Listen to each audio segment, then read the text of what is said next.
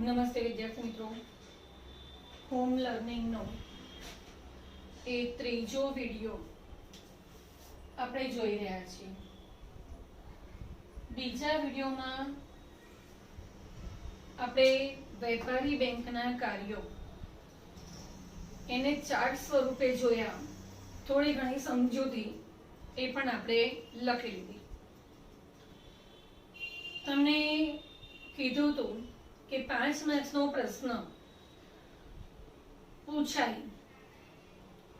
લગભગ તો આ પ્રકરણમાંથી નથી પૂછાતો, પણ આ વખતનો સમય એમાં કદાચ કેટલાક ચેપ્ટરોમાં એ થોડી બાંધછોડ થઈ શકે.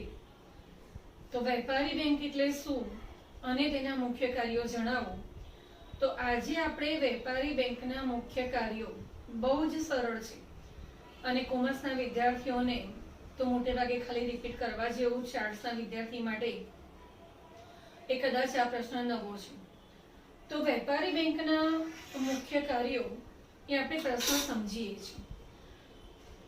પ્રશ્ન તમે લખો છો, વેપારી બેંકના મુખ્ય કાર્યો સમજાવો.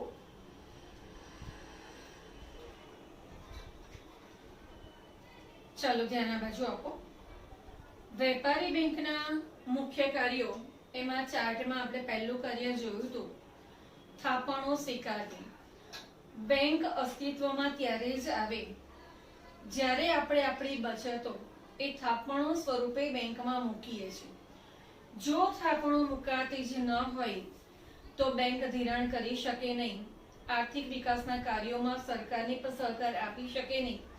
એટલે પાયાનું એનું કાર્ય એ થાપણો સ્વીકારવી છે. અહીંયા આપણે જોઈએ છીએ, લખીએ છીએ પછી વેપારી બેંકના મુખ્ય કાર્યોમાં થાપણો સ્વીકારવી.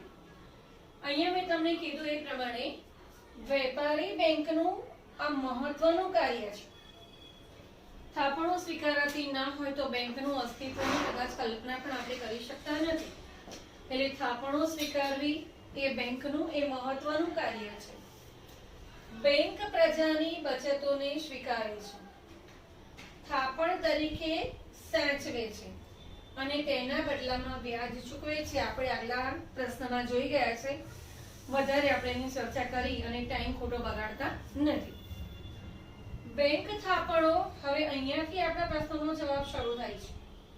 બેંક થાપણો 3 પ્રકારે સ્વીકારે છે, અથવા બીજા શબ્દમાં કહી શકાય કે થાપણોના 3 પ્રકાર છે. એમાં આપણે A, B અને C એમાં જોઈએ તો ચાલુ ખાતાની થાપણો, બી બચત ખાતાની થાપણો. એમાં તમારી ટેક્સ્ટબુકમાં એજમાં જ બીજા નંબરમાં આપ્યું છે રિકરિંગ ખાતાની થાપણો, અને સી માં મુદતી થાપણો એટલે કે એફડી, જેને આપણે બાંધી મુદતની થાપણ કહીએ છીએ. વિદ્યાર્થી મિત્રો, ચાલુ ખાતાની થાપણ, બચત ખાતાની થાપણ, રિકરિંગ ખાતાની થાપણ અને મુદતી થાપણ. હવે આ 3 થાપણો, એમાં 3 થાપણો વચ્ચે શું ડિફરન્સ છે અથવા તો તેના લક્ષણો આપણે જોઈ લઈએ છીએ. એમાં જોઈએ છે આપણે સૌથી પહેલું ટાઇટલ આપણે આપીએ છીએ ચાલુ ખાતાની થાપણો. ચાલુ ખાતાની થાપણો. વિદ્યાર્થી મિત્રો, જેમને વારંવાર નાણાંની લેવડ દેવડ કરવી પડતી હોય એવી લોકો, એવી પ્રજા એ આ ખાતું ખોલાવે છે. અને જો તમને ખ્યાલ હોય તો મોટે ભાગે દિવસમાં અનેક વાર, કદાચ 20, 25, 30, 35 વખત અથવા એનાથી પણ વધારે એ લેવડ દેવડ કરવાનું કાર્ય એ મોટે ભાગે ધંધાદારી એકમો કરે છે. એટલે ચાલુ ખાતું એ ધંધાદારી એકમો, વેપારીઓ, ઔદ્યોગિક એકમો, ટૂંકમાં કહી શકાય કે ધંધાદારી એકમો આ ખાતું ખોલાવે છે. જેમને વારંવાર નાણાંની લેવડ દેવડ કરવી પડતી હોય તે આ ખાતામાં થાપણો મૂકે છે. અહીંયા તમને પ્રશ્ન પૂછાય કે ચાલુ ખાતું કોણ ખોલાવે છે? તો ધંધાદારી પેઢીઓ, વેપારીઓ, ઔદ્યોગિક એકમો. ટૂંકમાં જો લખવું હોય તો લખી શકાય કે ધંધાદારી એકમો ચાલુ ખાતું ખોલાવે છે. એમાં જ વિદ્યાર્થી મિત્રો આપણે જોઈ લઈએ છીએ. આપણે એ તો જોયું કે ચાલુ ખાતું કોણ ખોલાવે છે? ધંધાદારી એકમો.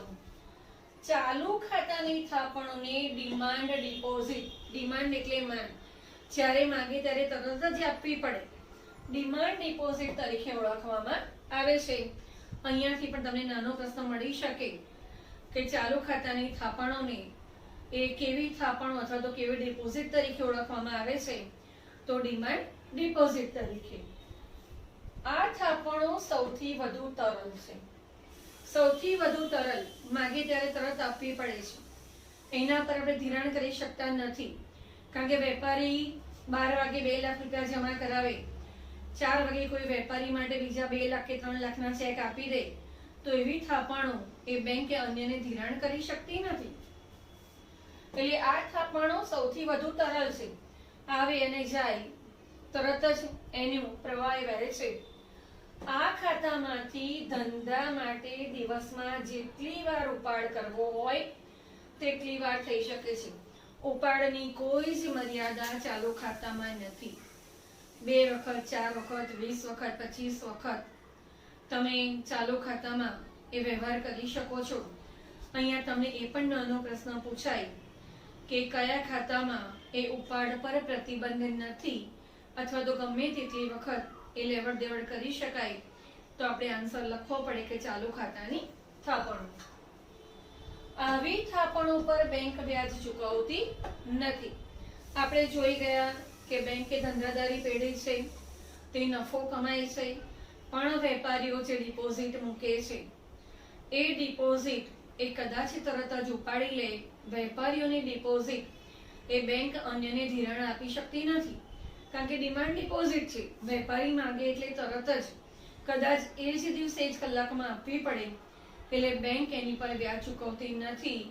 પણ કેટલીક વખત આવી સેવા આપવા બદલ 100 ચેક આવે, 200 ચેક આવે, તો આવી સેવા આપવા બદલ એ બેંક સર્વિસ ચાર્જ પણ વસૂલ કરે છે.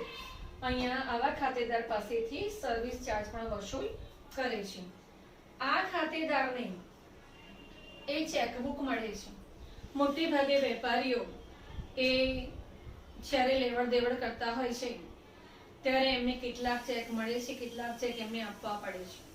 એટલે મોટા ભાગના ચેક એ લોકો વાપરતા હોય એટલે ચેકબુકની સગવડ મળે છે. ઉપાડ ચિઠ્ઠીથી નાણાંની હેરફેર થઈ શકતી નથી.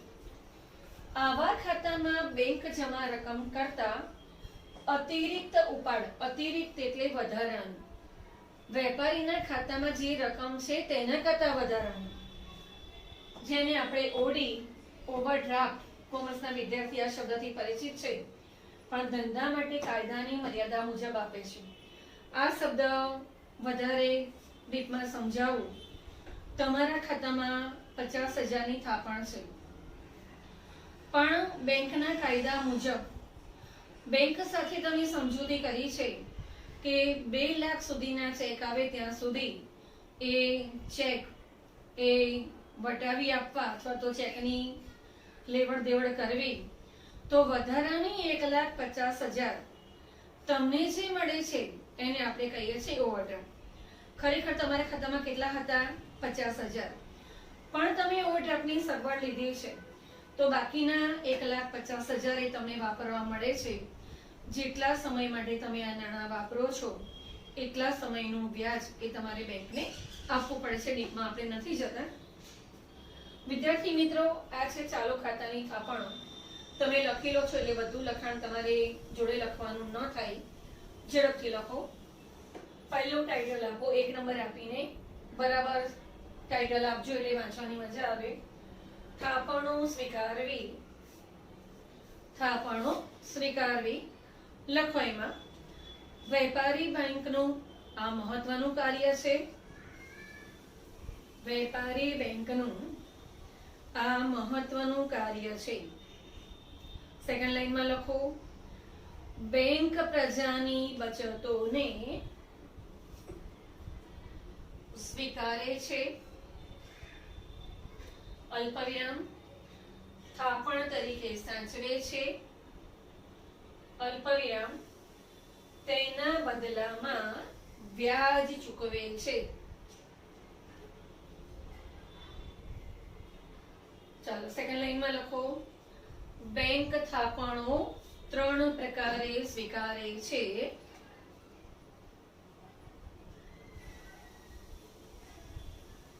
સેકન્ડ લાઈનમાં એટલે કે થાપણો મુખ્યત્વે 3 પ્રકારની હોય છે. થાપણો મુખ્યત્વે 3 પ્રકારની હોય છે. બરાબર જે રીતે બોર્ડમાં લખ્યું છે વિદ્યાર્થી મિત્રો એ રીતે લખજો. તમને દેખાતું ન હોય તો હું બોલું છું એ કરીને લખો. ચાલુ ખાતાની થાપણ, એની નીચે જ લખો એની નીચે બી બચત ખાતાની થાપણો, બચત ખાતાની નીચે લખો રિકરિંગ ખાતાની થાપણો, રિકરિંગ ખાતાની થાપણો, સી કરીને લખો મુદતી થાપણો, કૌંસમાં લખો ફિક્સ ડિપોઝિટ અથવા તો એફડી. ચાલો હવે તમે એ ટાઇટલ આપો છો ચાલુ ખાતાની થાપણો, ચાલુ ખાતાની થાપણો. એમાં લખો જેમને વારંવાર નાણાંની લેવડ દેવડ કરવી પડતી હોય તેઓ આ ખાતામાં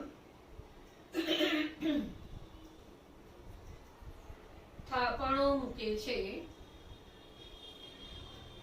સેકન્ડ લાઈનમાં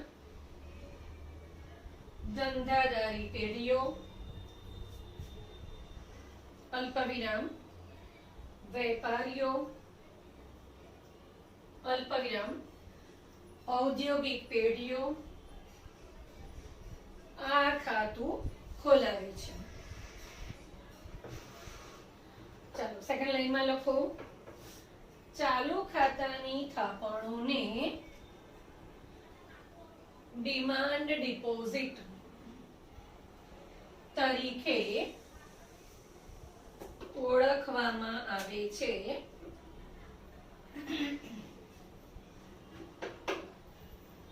નેક્સ્ટ લાઈનમાં લખો આ થાપણો સૌથી વધુ તરલ હોય છે.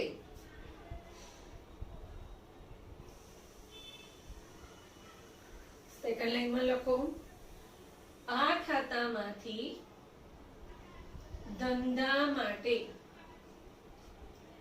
દિવસમાં જેટલી વાર ઉપાડ કરવો હોય તેટલી વાર ઉપાડ થઈ શકે છે.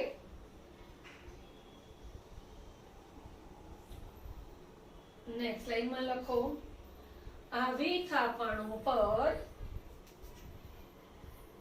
બેંક વ્યાજ ચૂકવતી નથી.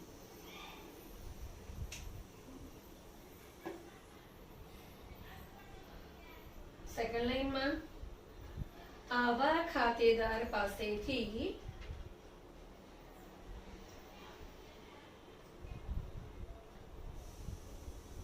સર્વિસ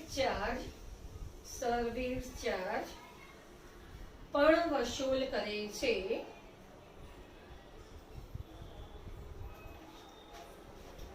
સેકન્ડ લાઈનમાં આ ખાતેદારને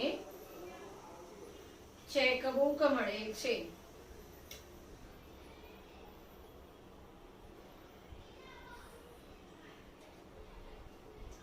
લાસ્ટ લાઈનમાં લખો આ ખાતેદારને ટૂંકમાં લખાવું છું લખો આ ખાતેદારને અતિરિક્ત ઉપાડ કૌંસમાં લખો ઓવરડ્રાફ્ટ કૌંસ પૂરો ની સગવડ પણ મળે છે. ચાલો વિદ્યાર્થી મિત્રો ધ્યાન બાજુ થાપણો સ્વીકારવી પહેલો પ્રકાર ચાલુ ખાતાની થાપણો આપણે જોયું. હવે જોઈએ છે બચત ખાતાની થાપણો. બચત શબ્દ આપણને ખબર છે તમારા ઘરમાં મમ્મી પપ્પા જરૂરી ખર્ચ કર્યા પછી કેટલાક નાણાં એ ભવિષ્ય માટે બચાવે છે. આવા નાણાં આપણે ઘરમાં રાખતા નથી, તો એ નાણાં એ આપણે બેંકમાં જઈને મૂકી આવીએ છીએ. બેંકના આપણા ખાતામાં, મમ્મી પપ્પાનું જે ખાતું હોય એના ખાતામાં આપણે નાણાં મૂકીએ છીએ. આ જે ખાતું છે એને આપણે કહીએ છીએ બચત ખાતું. વિદ્યાર્થી મિત્રો, સામાન્ય રીતે નાની બચત ધરાવતો મધ્યમ વર્ગ, નોકરિયાત, ખેડૂત પોતાની બચતો બચત થાપણ તરીકે આ ખાતામાં મૂકે છે. આ ખાતામાં વ્યક્તિઓ પોતાની ટૂંકા ગાળા માટેની બચતો રાખે છે. આ મહિને 10,000ની બચતથી આપણે મૂકી આવીએ છીએ, પણ પછીના મહિનામાં કદાચ કોઈ ખર્ચ વધારે આવી જાય, ટ્યુશન ફી ભરવાની હોય, કોઈ પણ કારણસર બીજો આકસ્મિક ખર્ચ આવી જાય, તો બચત ખાતામાં રહેલી થાપણ આપણે ઉપાડી આવીએ છીએ. એટલે આ ખાતામાં ટૂંકા ગાળા માટેની બચતો વ્યક્તિ રાખે છે. હવે આ ખાતામાંથી જો નાણાં ઉપાડવા હોય તો કેવી રીતે ઉપાડી શકાય? જો તમારી પાસે ચેકબુક ન હોય તો તમે ઉપાડ ચિઠ્ઠી, આગળ સમજાવ્યું તો જેને આપણે વિડ્રો સ્લીપ કહીએ છીએ, ઉપાડ ચિઠ્ઠી મારફત જો તમને ચેક આપેલો હોય તો ચેકબુક મારફત, તમારી પાસે એટીએમ કાર્ડ હોય તો એટીએમ કાર્ડ મારફત ડેબિટ અને ક્રેડિટ કાર્ડ દ્વારા ઉપાડ કરી શકાય છે. અહીંયા તમને પ્રશ્ન પૂછાય કે બચત ખાતાની થાપણોમાંથી કેવી રીતે ઉપાડ કરી શકાય? બહુ જ સરળ પ્રશ્ન, ગોખવાની જરૂર નથી. ચેક દ્વારા, ઉપાડ ચિઠ્ઠી દ્વારા, ડેબિટ કાર્ડ, ક્રેડિટ કાર્ડ દ્વારા ઉપાડ કરી શકાય છે. વિદ્યાર્થી મિત્રો, બચત ખાતાની થાપણો પર બેંક થોડું વ્યાજ આપે છે. ચાલુ ખાતામાં તો વ્યાજ આપતી જ નથી, પણ બચત ખાતામાં થોડું વ્યાજ આપે છે. પણ એફડી, જેને આપણે બાંધી મુદતનું ખાતું કહીએ છીએ, એના કરતા બચત ખાતાની થાપણો પર વ્યાજનો દર ઓછો હોય છે, અથવા તો ટૂંકમાં કહી શકાય કે બહુ જ નજીવો હોય છે. એટલે થાપણો પર વ્યાજ મળે છે. બેંક નિર્ધારિત કાયદા મુજબ ઉપાડ કરી શકાય છે. ચાલુ ખાતાની જેમ ઘણી વખત ઉપાડ નથી કરી શકાતા, પણ બેંકે નક્કી કરેલું હોય કે ભાઈ મહિનામાં તમે વધારેમાં વધારે 100 ચેક વાપરી શકો, તો એટલા જ ચેક દ્વારા તમે લેવડ દેવડ કરી શકો છો. એનાથી વધારે એ તમને ઉપાડવાની પરમિશન મળતી નથી, કારણ કે બચત ખાતું છે ને બચત ખાતાની કેટલીક થાપણો એ બેંક પોતે ધિરાણ પણ કરતી હોય છે, અને એ ધિરાણ દ્વારા નફો કમાય છે, અને એ નફા દ્વારા જ આપણને વ્યાજ આપે છે. લખો, બચત ખાતાની થાપણો. ટાઇટલ આપો, ઝડપથી એમાં લખાણ લખો. સામાન્ય રીતે નાની બચત ધરાવતો મધ્યમ વર્ગ, અલ્પવિરામ નોકરિયાત, અલ્પવિરામ ખેડૂત, ડેશ કરીને પોતાની બચતો બચત થાપણો તરીકે બેંકમાં મૂકે છે. સેકન્ડ લાઈનમાં લખો, આ ખાતામાં વ્યક્તિઓ પોતાની ટૂંકા ગાળા માટેની બચતો રાખે છે. સેકન્ડ લાઈનમાં, જરૂર પડે ચેક દ્વારા, અલ્પવિરામ ઉપાડ ચિઠ્ઠી દ્વારા, ડેબિટ કાર્ડ કે ક્રેડિટ કાર્ડ દ્વારા ઉપાડ કરી શકાય છે. સેકન્ડ લાઈનમાં લખો, આવી થાપણો પર વ્યાજ પણ મળે છે.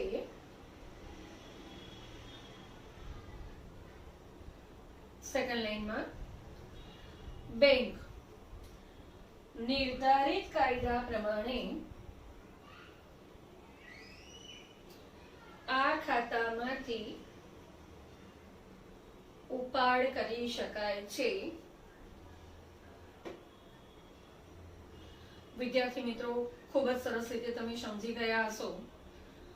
ઘણા બધા ઉદાહરણો આપી અને સમજાવવાનો પ્રયાસ કર્યો છે. સમજ્યા પછી પણ વાંચવાનું રાખજો, તો જ તમને આવડશે. તમારી ટેક્સ્ટબુક મુજબ બીમાં જ આ પ્રકાર આપેલો છે. આપણે ટાઇટલ આપીએ છીએ રિકરિંગ ખાતાની થાપણો. રિકરિંગ ખાતાની થાપણો. વિદ્યાર્થી મિત્રો, ધ્યાન આ બાજુ. તમારી પાસે દર મહિને તમારા ઘરમાં 2, 5, 10, 15,000 કે 20,000 વધતા હોય તે આપણે બચત ખાતામાં મૂકી આવીએ છીએ. પણ કેટલીક વખત ફેમિલીમાં જો આવકનું પ્રમાણ ઊંચું હોય, ખ્યાલ હોય કે મિનિમમ 20 થી 25,000 નો ખર્ચ આવે એવો છે, બાકીના 5, 10 કે 15,000 એ દર મહિને બચવાના જ છે, તો બચત ખાતામાં આવી બચત મૂકવાને બદલે એ વ્યક્તિએ રિકરિંગ ખાતું ખોલાવ્યું છે. રિકરિંગ ખાતું એ શું છે? તો ચોક્કસ સમય અને ચોક્કસ રકમ એ બેંકમાં મૂકવા માટેનો એક કરાર છે. તમારા ફાધરનો પગાર 10મી આવી જતો હોય, તમે નક્કી કરો કે 15મીની આસપાસ એ દર મહિને 10,000 બેંકમાં મૂકવાના છે. ચોક્કસ રકમ છે, ચોક્કસ સમયગાળો છે. તો આવી થાપણો જ્યારે બેંકમાં આપણે મૂકીએ છીએ, દર મહિને મૂકવાની હોય છે, તો આવા ખાતાને આપણે કહીએ છીએ રિકરિંગ ખાતું. અહીં આપણે સમજીએ છીએ રિકરિંગ ખાતાની થાપણો વ્યક્તિ એક સાથે બચત કરી ન શકતી હોય કે એક સાથે બચત કરવા ઈચ્છતી ન હોય તેવી વ્યક્તિઓ, અહીંયા શબ્દ બરાબર ધ્યાનમાં રાખવાનો છે, દર મહિને પણ એ મહિનાની તારીખ પણ ચોક્કસ એટલે કે ચોક્કસ સમયે કોઈ ચોક્કસ રકમ આ ખાતામાં જમા કરાવે છે. વર્ષે એક સમયે બચત ન હોય, દર મહિને ટુકડે ટુકડે બચત કરવી હોય, ઉપાડ પર પરોક્ષ રીતે એ કંટ્રોલ રાખવો હોય, તો આ પ્રકારનું ખાતું ખોલાવે છે. દર મહિને ચોક્કસ સમય ચોક્કસ રકમ આ ખાતામાં મૂકવામાં આવે છે. આ ખાતામાં વ્યક્તિની થાપણ વધતી જાય છે. બચત ખાતામાં તમને ઉપાડ કરવા દેવામાં આવે છે, પણ રિકરિંગ ખાતામાં તમે ઉપાડ કરી શકતા નથી, અને ઉપાડ કરી શકતા ન હોવાથી જ એ આ થાપણો કેવી થાય છે? વધતી જાય છે. જમા થયેલી થાપણ પર બેંક વ્યાજ ચૂકવે છે, અને આ વ્યાજ બચત ખાતાની થાપણો કરતા થોડું વધારે હોય છે. પણ કેટલીક વખત આકસ્મિક જરૂરિયાતો ઊભી થાય, તો જો આવી બચત વધારે હોય તો બેંક તેમાંથી એ થોડી ઘણી લોન પણ મોટે ભાગે આપતી હોય છે. વિદ્યાર્થી મિત્રો, તમે લખો છો રિકરિંગ ખાતાની થાપણો. લખો એમાં વ્યક્તિ એક સાથે બચત ના કરી શકતી હોય કે એક સાથે બચત કરવા ઈચ્છતી ન હોય તેવી વ્યક્તિઓ દર મહિને કૌંસમાં લખો ચોક્કસ સમયે કૌંસ પૂરો કરો કોઈ ચોક્કસ રકમ આ ખાતામાં જમા કરાવે છે. સેકન્ડ લાઈનમાં લખો આ ખાતામાં વ્યક્તિની થાપણ વધતી જાય છે.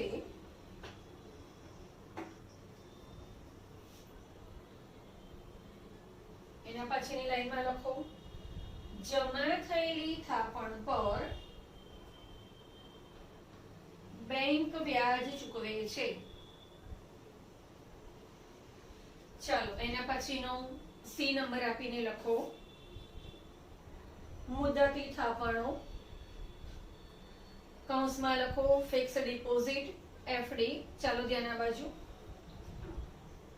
વિદ્યાર્થી મિત્રો, બચત ખાતામાં ટુકડે ટુકડે તમારા પરિવારે 1,00,000 2,00,000 ભેગા કર્યા હોય, તમને એવું લાગે કે આ રકમ 1 વર્ષ સુધી જરૂર નહીં પડે, તો ત્યારે બચત ખાતા કરતા થોડું વધારે વ્યાજ મેળવવાના આશયથી આવી મોટી રકમ તમે કેટલાક દિવસો, 90 દિવસ, 84 દિવસ, 125 દિવસ, 1 વર્ષ, 2 વર્ષ માટે એ બેંકમાં મૂકો છો.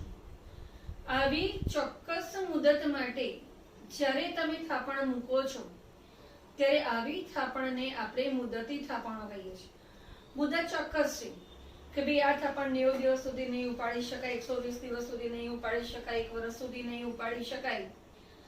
અને એ તમે જે રકમ મૂકો છો એના બદલામાં બેંક એ તમને રિસિપ્ટ આપે છે, જેમાં તમારું નામ, તમે મૂકેલી રકમ, વ્યાજનો દર અને કઈ તારીખે તમે આ રકમ ઉપાડી શકશો, આ બધું જ લખેલું હોય છે. જ્યારે બચત ખાતામાં તમને શું મળે છે? પાસબુક મળે છે. વિદ્યાર્થી મિત્રો, અગાઉના જે 3 ખાતા થાપણો આપણે જોઈ, ચાલુ ખાતું, બચત ખાતું અને રિકરિંગ ખાતું, એના કરતા આ ખાતાની થાપણો ઉપર સૌથી વધારે વ્યાજ મળે છે. કારણ કે બેંકને ખબર છે કે આ વ્યક્તિએ કેટલા દિવસ માટે થાપણ મૂકી છે, 90 દિવસ, 120 દિવસ કે વર્ષ માટે, તો એટલા સમય માટે અન્યને તે ધિરાણ કરી શકે છે. એટલે સૌથી વધારે વ્યાજ આપણને બાંધી મુદતના થાપણના ખાતામાં મળે છે. બીજું જોઈ લઈએ તો જેટલી મુદત વધારે એટલું વ્યાજ વધારે મળે છે. 90 દિવસ કરતા 120 દિવસનું વ્યાજ વધારે હોય, વર્ષ કરતા 2 વર્ષનું વ્યાજ વધારે હોય, 5 વર્ષનું વ્યાજ વધારે હોય. એટલે મુદત જેટલી વધારે એટલું વ્યાજ વધારે. વિદ્યાર્થી મિત્રો, અહીંયા જોઈ લે છે આ થાપણો ચોક્કસ મુદત માટે મૂકવામાં આવે છે. બેંક સૌથી વધારે વ્યાજ ચૂકવે છે. જ્યારે અમુક ચોક્કસ સમયગાળામાં નાણાંની જરૂરિયાત ના હોય ત્યારે લાંબા ગાળાની બચત માટે વ્યક્તિ એફડી કરે છે. ત્યારે જો જરૂર પડે તો બેંક આમાંથી ઉપાડની સગવડ પણ આપે છે. લખો મુદતી થાપણો, ફિક્સ ડિપોઝિટ, એમાં લખો આ થાપણો ચોક્કસ મુદત માટે મૂકવામાં આવે છે. સેકન્ડ લાઈનમાં લખો આ થાપણો પર બેંક સૌથી વધુ વ્યાજ ચૂકવે છે.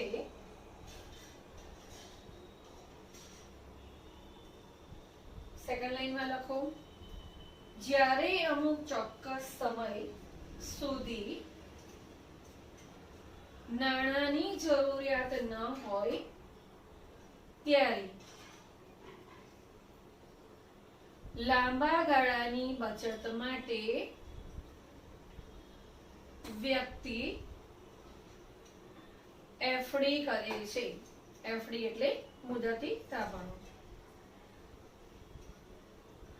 લાસ્ટ લાઈનમાં લખો જરૂર પડે ત્યારે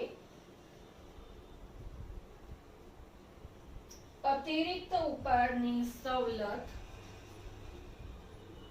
મળે છે. ચાલો વિદ્યાર્થી મિત્રો, ધ્યાન આ બાજુ. બેંકના મુખ્ય કાર્યો આપણે સમજીએ છીએ. એમાં પહેલું કાર્ય થાપણો સ્વીકારવી, એ આપણે અહીંયા કમ્પ્લીટ કર્યું છે. બીજાનું ટાઇટલ આપી રાખો ધિરાણની સવલતો પૂરી પાડવી. ધિરાણની સવલતો પૂરી પાડવી. ચાલો ધ્યાન આ બાજુ. બેંક અસ્તિત્વમાં ત્યારે જ આવે જ્યારે થાપણો સ્વીકારેલી થાપણો સાચવે અને એ થાપણોનું ધિરાણ કરે. બેંક ધંધાદારી પેઢી છે, નફો કરતી સંસ્થા છે. જો એ ધિરાણ ન કરે તો આવક મેળવી શકતી નથી. એટલે બીજું મહત્વનું કાર્ય આપણે સમજીએ છીએ ધિરાણની સવલતો પૂરી પાડવી. વિદ્યાર્થી મિત્રો ધ્યાન આપજો. બેંકો જે થાપણો સ્વીકારે છે તેનું ધિરાણ આપે છે. આ ધિરાણ કોને કોને મળે છે? તો ધંધા માટે, અન્ય કારણો માટે, રોકાણકર્તાને, વ્યક્તિઓને, ખેડૂતોને અને વેપારીઓને. વેપારીઓને પોતાના વેપાર માટે, વ્યક્તિ હોય તો ઘર માટે, ફોર વ્હીલ માટે અથવા તો અન્ય કોઈ પ્રકારની લોન માટે, વિદ્યાર્થી હોય તો એને ભણવા માટેની એજ્યુકેશન લોન પણ મળે છે, ખેડૂત હોય તો ખેતી કામ માટે પણ આવા ધિરાણ એને મળતું હોય છે. બેંકો ધિરાણ કરતા સમયે જમીન, મકાન, મિલકતો કે અન્ય જામીનગીરીઓ તારણ તરીકે લઈને સાચવે છે. જ્યારે તમે બેંકમાં ધિરાણ લેવા જાઓ છો ત્યારે એ ધિરાણ મેળવવા બદલ તમારે કેટલીક વસ્તુ જામીન તરીકે આપવી પડે છે. જો તમે મકાન માટે લોન લેતા હોય તો મકાનના પેપર્સ, તમારે કોઈ પણ બે જામીનની સહી આપવી પડે, અથવા તો તમારી કેટલીક સ્થાવર મિલકતો હોય તો એ આપવી પડે. વેપારી હોય તો પોતાના માલનો સ્ટોક એને જામીન તરીકે બતાવવો પડે અને તો જ બેંકો લોન આપતી હોય છે. સમયના સંદર્ભમાં આવું ધિરાણ ટૂંકા ગાળાનું, મધ્યમ ગાળાનું કે લાંબા ગાળાનું હોય છે. વિદ્યાર્થી મિત્રો આ વાક્ય બરાબર ધ્યાનમાં રાખવાનું છે. વેપારી બેંકો ટૂંકા ગાળા માટે, મધ્યમ ગાળા માટે અને લાંબા ગાળા માટે ધિરાણ આપતી હોય છે. તમને એવો પ્રશ્ન પૂછાય કે ટૂંકા ગાળાનું ધિરાણ એટલે શું? જે ધિરાણની મુદત માત્ર અને માત્ર 1 વર્ષ સુધીની જ હોય, એટલે વધારેમાં વધારે મુદત 1 વર્ષની હોય, 1 વર્ષમાં એ ધિરાણ પરત કરવું પડે, એને આપણે કહીએ છીએ ટૂંકા ગાળાનું ધિરાણ. 1 વર્ષની મુદત સુધી. મધ્યમ ગાળાનું ધિરાણ જેની મુદત 1 વર્ષથી માંડીને 5 વર્ષ સુધીની હોય તેવા ધિરાણને આપણે મધ્યમ ગાળાનું કહીએ છીએ. અને 5 વર્ષથી 15 વર્ષ સુધીની મુદત સુધીનું જો ધિરાણ હોય તો એને આપણે લાંબા ગાળાનું ધિરાણ કહીએ છીએ. આ ત્રણે ત્રણ તમારે યાદ રાખવાના છે, પ્રશ્ન પૂછી શકાય છે. હવે ધિરાણનો હેતુ શું છે? તો જો ખેડૂત હોય ખેતી માટે, ધંધાદારી વ્યક્તિ હોય ધંધા માટે, કુદરતી આપત્તિ અને કપરા સમય માટે પણ હોઈ શકે. ખેતી અને ધંધાદારી વ્યક્તિ તો તમને ખબર પડી, પણ કેટલીક વખત કુદરતી આપત્તિ આવેલી હોય, અર્થતંત્રમાં નાણાંનો પુરવઠો એ જરૂરી હોય, કપરા સંજોગો હોય. અત્યારનો સમય જોઈ લઈએ તો કોરોનાના હિસાબે એ ધંધા અને રોજગાર બંધ છે. ધંધા અને રોજગાર માટે સરકાર 50,000 થી 1 લાખ રૂપિયા સુધીનું એ વગર વ્યાજે જ્યારે ધિરાણ કરે છે ત્યારે આ કપરા સમયમાંથી પ્રજા બહાર આવે, અર્થતંત્ર પડી ન ભાંગે, આર્થિક વૃદ્ધિનો દર એ ખૂબ જ નીચો જતો અટકાવી શકાય એટલા માટે આવું ધિરાણ આપવામાં આવે છે. દરેક પ્રકારના ધિરાણ માટે વ્યાજના દર અલગ અલગ છે. જો વ્યક્તિગત લોન હોય એનો ધિરાણનો દર અલગ હોય, ખેડૂત હોય જે જગત માટે એના પાક જરૂરી છે, જગતનો તાત કહેવાય છે, ખેતી માટે બહુ જ નજીવા દરે ધિરાણ મળે છે. કપરા સમય કુદરતી આપત્તિ વગર વ્યાજે ધિરાણ મળે છે. એટલે દરેક ધિરાણના અલગ અલગ વ્યાજના દર એ હોય છે ને એ રીતે ધિરાણ આપવામાં આવે છે. વિદ્યાર્થી મિત્રો આટલું તમે લખી નાખો. ધિરાણની સવલતો પૂરી પાડવી. પહેલા વાક્યમાં લખો, બેંકો જે થાપણો સ્વીકારે છે તેનું ધિરાણ આપે છે. સેકન્ડ લાઈનમાં લખો, ધંધા માટે કે અન્ય કારણો માટે રોકાણકર્તાઓને અલ્પવિરામ વ્યક્તિઓને, અલ્પવિરામ ખેડૂતોને, અલ્પવિરામ વેપારીઓને ધિરાણ આપે છે. સેકન્ડ લાઈનમાં લખો, બેંકો વ્યાજ લઈને ધિરાણ આપે છે.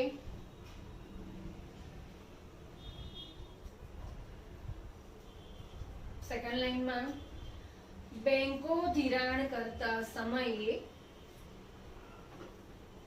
જમીન, અલ્પવિરામ મકાન, અલ્પવિરામ મિલકતો કે અન્ય જામીનગીરીઓ તારણ તરીકે લઈને રાખે છે અથવા તારણ લે છે. સેકન્ડ લાઈનમાં લખો,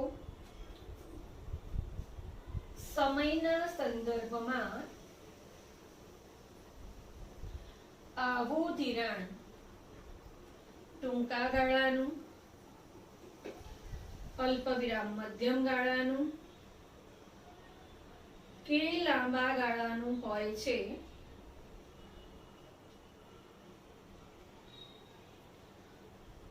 ચલો મેં લખ્યું છે એ જ રીતે લખો. સ્ટાર કરીને ટૂંકા ગાળાનું ધિરાણ, એરો કરો 1 વર્ષની મુદત સુધીનું ધિરાણ. બીજી લાઈનમાં સ્ટાર કરીને મધ્યમ ગાળાનું ધિરાણ, એરો કરીને 1 વર્ષથી 5 વર્ષની મુદત સુધીનું ધિરાણ. બીજી લાઈનમાં સ્ટાર કરીને લાંબા ગાળાનું ધિરાણ, એરો કરીને લખો 5 વર્ષથી 15 વર્ષની મુદત સુધીનું ધિરાણ.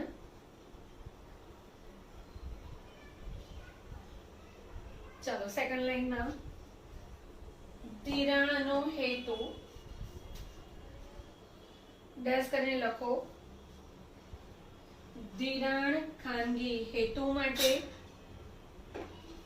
ધિરાણ ખાનગી હેતુ માટે, અલ્પવિરામ ખેતી માટે, અલ્પવિરામ ધંધાકીય હેતુ માટે, અલ્પવિરામ કુદરતી આપત્તિ અને કપરા સમય માટે હોઈ શકે. ચલો એના પછીની લાઈનમાં દરેક પ્રકારના ધિરાણ માટે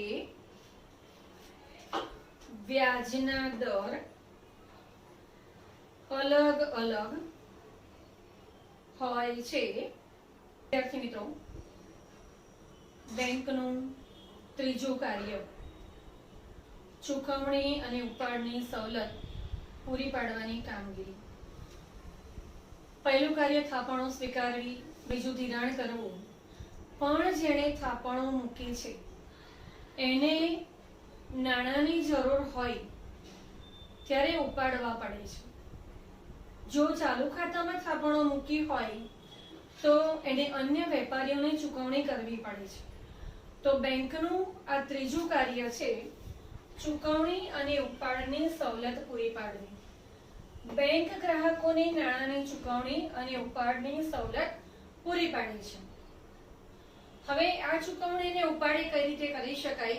ચાર્ટમાં આપણે જોઈ ગયા છીએ. ઉપાડ ચિઠ્ઠી જેની પાસે ચેક નથી તે વિડ્રો સ્લિપ દ્વારા નાણાં ઉપાડી શકે છે. ચેક દ્વારા, pay order, debit card, credit card, આ બધા પ્લાસ્ટિક બને છે. ડેબિટ કાર્ડ, ક્રેડિટ કાર્ડ અને એટીએમ. ઇન્ટરનેટ બેન્કિંગ, નેટની સુવિધાથી પણ તમે એક ખાતામાંથી બીજા ખાતામાં તમારું ફંડ ટ્રાન્સફર કરી શકો છો વગેરે દ્વારા નાણાકીય વ્યવહારો કરવાની સુવિધા પૂરી પાડે છે. વિદ્યાર્થી મિત્રો, અહીંયા એક શબ્દ આપણે લખ્યો છે એટીએમ. ખરેખર તો સામાન્ય ભાષામાં બધાને ઓલ ટાઈમ મની કહે છે, પણ એનો સાચો અર્થ તમારી ટેક્સ્ટબુકમાં ઓટોમેટિક ટેલર મશીન એવું આપેલું છે અને 11માં આપણે કોમર્સમાં શીખી ગયા હતા. એ અર્થ પણ સાચો છે, ઓટોમેટેડ ટેલર મશીન. વિદ્યાર્થી મિત્રો, તમારી પરીક્ષામાં બી વિભાગમાં આ પ્રશ્ન પૂછાય કે એટીએમ નું ફૂલ ફોર્મ શું છે, અથવા તો એમાં પણ વિકલ્પમાં પણ પૂછાય કે એટીએમ નું ફૂલ ફોર્મ. તો વિદ્યાર્થી મિત્રો, એટીએમ જો ઇંગ્લિશ ન આવડતું હોય તો મહેરબાની કરી અને ખોટા સ્પેલિંગો લખવાનો પ્રયાસ ન કરતા તમે શુદ્ધ ગુજરાતીમાં આ ઉચ્ચાર લખી શકો છો. તમે જ્યારે લખતા હોય ત્યારે તમને એમ થાય કે સ્પેલિંગ સાચો લખ્યો છે, પણ ખરેખર એનો ઉચ્ચાર કંઈક જુદો જ થતો હોય, એનો અર્થ કંઈક જુદો જ નીકળે. એટલે ઇંગ્લિશ આવડતું હોય તો તમે સ્પેલિંગ લખો તો વધારે સારું, પણ ન આવડતું હોય તો ગુજરાતીમાં આ રીતે લખશો તો પણ ચાલશે. એટીએમ તમારી ટેક્સ્ટબુક મુજબ ઓટોમેટિક ટેલર મશીન, અને આ પણ સાચું છે, પણ તમારી ટેક્સ્ટબુકમાં ઓટોમેટિક ટેલર મશીન છે એટલે આપણે ધ્યાનમાં લઈએ છીએ. તો લખો વિદ્યાર્થી મિત્રો ઝડપથી. ચૂકવણી અને ઉપાડની સવલત પૂરી પાડવાની કામગીરી. એમાં લખો બેંક ગ્રાહકોને નાણાંની ચૂકવણી અને ઉપાડની સવલત પૂરી પાડે છે. સેકન્ડ લાઈનમાં લખો જેમાં ચેક, ઉપાડ ચિઠ્ઠી, અલ્પવિરામ કરતા જજો દરેકની વચ્ચે, pay order, debit card, credit card, ATM, internet banking વગેરે દ્વારા નાણાકીય વ્યવહારો કરવાની સુવિધા પૂરી પાડે છે. છેલ્લે અલગ કલરની પેનથી લખી નાખો એટીએમ નું ફૂલ ફોર્મ. લખો, એમાં યાદ રાખો કરીને લખી નાખજો, એટલે વાંચો ત્યારે તમને ખ્યાલ આવે. Automatic teller machine. સ્પેલિંગ લખો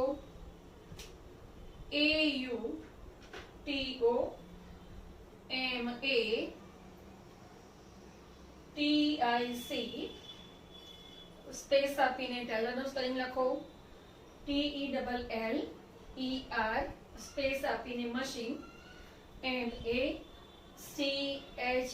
MACHINE, અથવા કઈને બીજો લખવો હોય તો લખી શકો છો તમે ઓટોમેટેડ ટેલર મશીન. અહીંયા માત્ર બે શબ્દમાં ફેરફાર થાય છે. અહીંયા આઈસી છે પાછળ, અહીંયા ઈડી છે. વિદ્યાર્થી મિત્રો, ખૂબ ઝડપથી આપણે પ્રકરણમાં આગળ જઈ રહ્યા છે. હવે પછી આપણે મળીએ છીએ હોમ લર્નિંગના વિડીયો 4માં. ખૂબ જ અગત્યના પ્રશ્નની ચર્ચા એ આપણે કરીએ છીએ. કોઈ પણ વર્ષનું તમે પેપર જુઓ તો એમાંથી 1 માર્ક્સ, 2 માર્ક્સ અથવા તો ટૂંકનોંધ સ્વરૂપે એ આ પ્રશ્ન પૂછાતો હોય છે. તો હવે મળીએ છીએ હોમ લર્નિંગના વિડીયો 4માં. જય હિન્દ.